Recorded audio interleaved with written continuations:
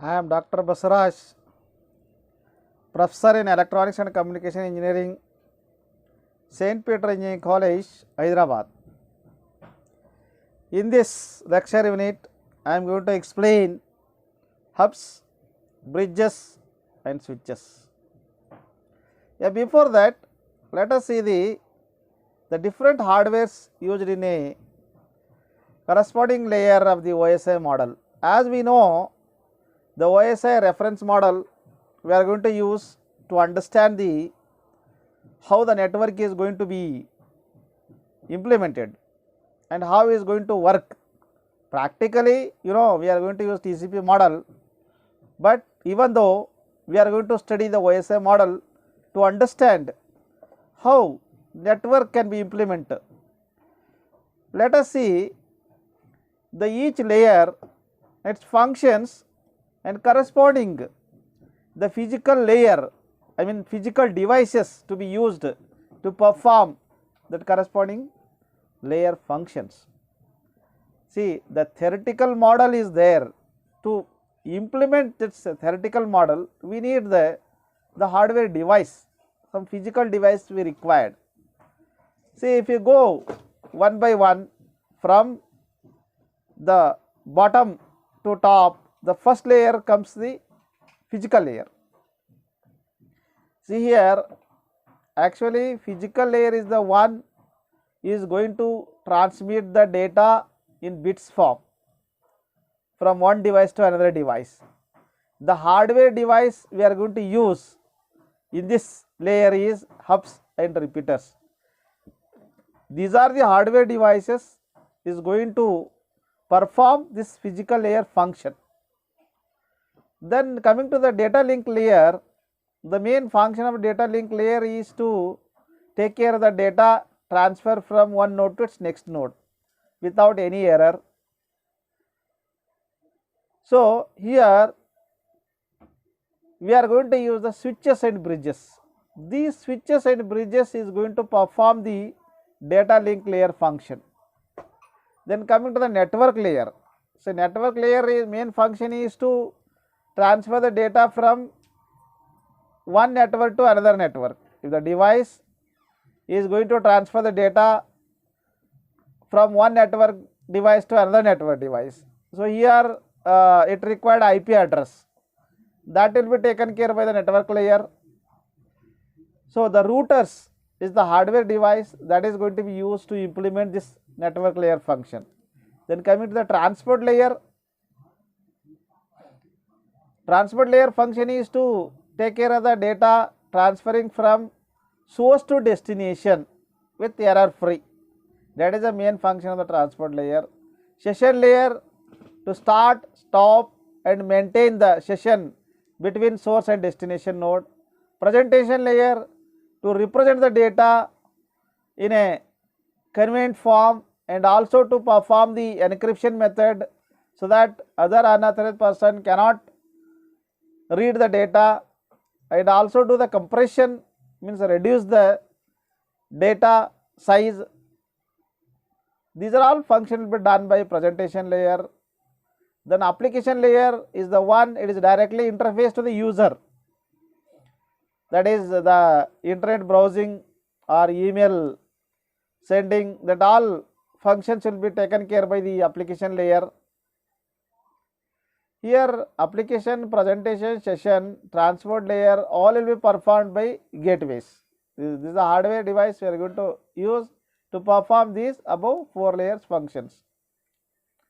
See, this is how the OSI model will be implemented by using hardware devices. See, if you go from top to bottom, if the actually the first layer it interface to the user is application layer. See, at the source side, if the source side the user is going to send a data, for example, is going to send a email. See, email, there is a browser will be there to read that email and facilitate the user can able to send its mail. So that is the function of the application layer. Once that will be received from the user, the presentation will convert that into the required format and also do the encryption, compression, all will be done by presentation layer. Then it is given to session layer. Session layer function is to maintain the session between source and destination. The transport layer function is to take care of the data transmission from source to destination without any error. The network layer function is to send the data to the destination layer by adding its IP address. Means the internet protocol address is required. That address will be added by the network layer. And next is the data link layer is going to add the physical address of the device for which the data is to be transferred. So it is going to add both source and destination physical address, that is of 48 bits. Then the physical layer, its main function is to transfer the data physically from one node to another node. This is how each layer is going to perform its function. Each layer is having unique function, okay, and the corresponding hardware device as I explained. Then coming to the hubs, we will see in detail about each device. Hubs, as you know that in olden days we are going to use the hubs to in a LAN to connect more than one devices. So it is going to be used in layer 1, that is in physical layer. Here main the hubs function is to transmit the data. It is the one center device we are going to use to connect more than one device. If you look at the diagram, you can understand. See, this is center device is the hubs and other nodes are connected. This is how we are going to connect in a LAN. See, the data to transfer from one device to other device, it is going to through hub. See here, the hub is always broadcast. The meaning of broadcast is nothing but if once it will receive the data from one node, it needs to be transferred to the destination node. But the problem is hub will not transfer only to the destination node. It is going to send to all the nodes. That is the reason it is going to call the broadcast. And hub duplex, it can't do both the transmitting and receiving at a time function hubs only, either to transmit or receive. This is how it is. It is a slow device, and the data will be represented here in binary form. And single collision domain means it is not going to perform multi functions at a time. Then it is a LAN device. It is to be used in a LAN network, and it cannot store the MAC address. There is a physical address of the source and destination device. It won't store because it doesn't have any memory. So this hubs is not an intelligent device. It doesn't have any memory. Simply whatever the data it will comes, it will forward and send to all the nodes. So there are two types of node will be there: active hub and passive hub. Active hub is one, it is going to amplify signal and regenerate. Passive hub, it will not do that amplification and all. Simply it will receive and forward the information. So here ports we have of 248. What is the meaning of 248? The meaning is hubs, it is available with different ports. Means if suppose we need to connect only two devices, two nodes we want to connect through a hub, then we need to purchase of two ports hub. One port for one device, another port for another device. Port is the connecting, okay, the connecting facility. Then four ports. If we need to connect four devices, for example, through a hub, then four ports are enough. Then 8 ports hub. If you need to connect 8 devices, then we go for 8 ports hubs. See, these hubs are available with different number of ports. Means depends upon our requirement, we can use the corresponding number of ports hubs. In the market, they are available with different ports. Okay, depending upon our requirement, we have to use. You have to check how many ports are available and how many devices we need to connect. Suppose we need to connect only 2 devices. If you purchase 8 hubs, 8 ports hubs is nothing wrong. But in future, if you have plan to connect more number of devices, then if you purchase 8 port hub, there is nothing wrong. As I said, hub is not an intelligent. Hub is broadcast to all the nodes whenever the data to be transferred from one node to another node. The physical appearance of hub will be like this. The next is bridge.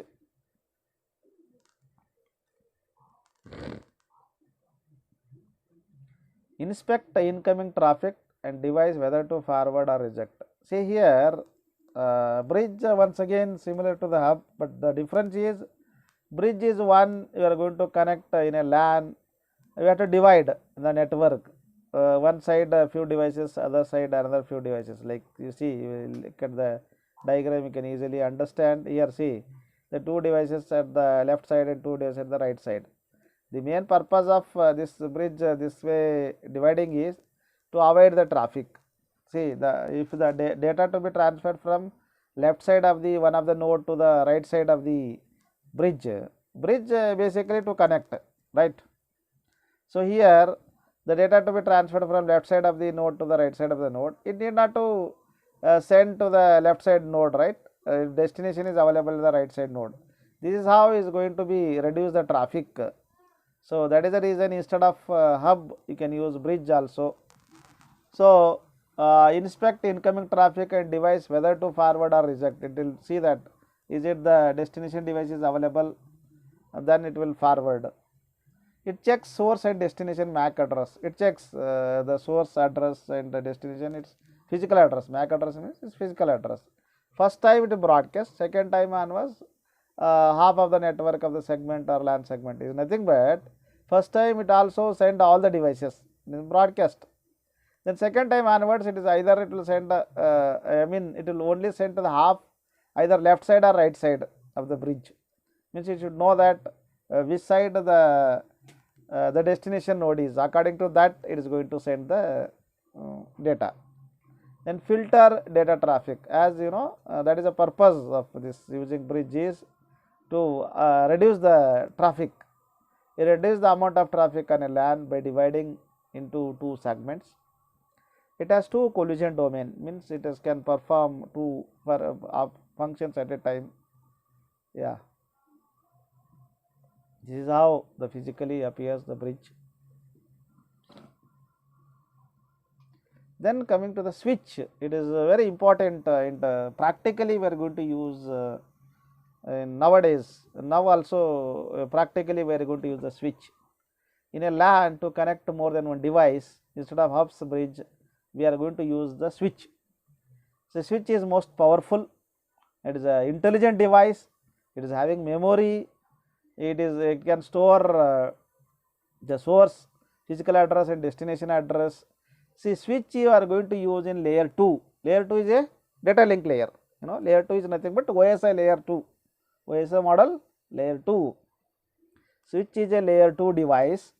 It is a full duplex, but it is transmit as well as receive at the same time. The speed is more in case of switch. So here also in a switch to transfer the data from one node to the another node, first it will broadcast. Means it doesn't know that which is the destination node. That is the reason first it will broadcast and come to know that where is the destination node. It will store the destination node physical address and all. Then next time onwards it is unicast or multicast. Unicast or multicast. That way is going to send the data to the destination node. Every port of switch is a separate collision domain. Means it is not to depend upon the other port. Each port is going to work independently. Then here also, as I explained you, the different types of ports is nothing but we have 8 ports, 6 ports, 24 ports, 48 ports. Switches are available in the market. Depend upon our requirement. Depend upon how many devices to be connected with the help of a switch. Then we can go with the corresponding number of ports. See, if you purchase a 8 port switch, we cannot connect 10 devices. We can connect the maximum 8 devices or less than 8 devices. Then we can have it is 16 devices, or it may be 24, or it may be 48. See, number of devices here, in switch we have the more number of ports are available. Means the switches are designed recently, and we are using practically. The more number of devices can be connected with the help of switches, the more number of ports are available. Depend upon our requirement, corresponding number of port switches can be used. The speed of this switch is around 10 Mbps wireless. We have wireless LAN also. In that case, the maximum speed of 10 Mbps for wireless data transmission. With wire transmission, we can have 100 Mbps speed. So this switch is store and forward, means it will store the data and then it is forward. It appears physically in this form, switch. See, like these are the ports, these are the RJ45 connectors from different devices. Then coming to the next is a router. See, router is a inter-networking device, means router we are going to use to connect more than one LAN network. It is used in layer 3 of the OSI reference model. The layer 3 is the network model, networking. So, is a WAN device, means wide area network device. See, here we are going to connect more than one LAN network with the help of router. So, it connects two or more networks. Every port has broadcast domain. Every port is going to be have the broadcast domain and use IP address. Here it is going to be use IP address because it is going to connect from one LAN network to another LAN network. It required obviously IP address. Then maintain routing network table. It is going to keep the routing table in a memory.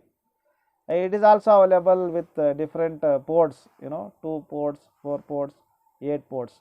See here, one LAN network and another LAN network.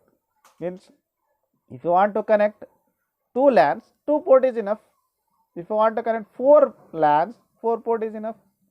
If suppose if you want to connect the 8 LANs, then 8 ports is enough. In that way, depends upon the number of LANs we need to connect accordingly those ports.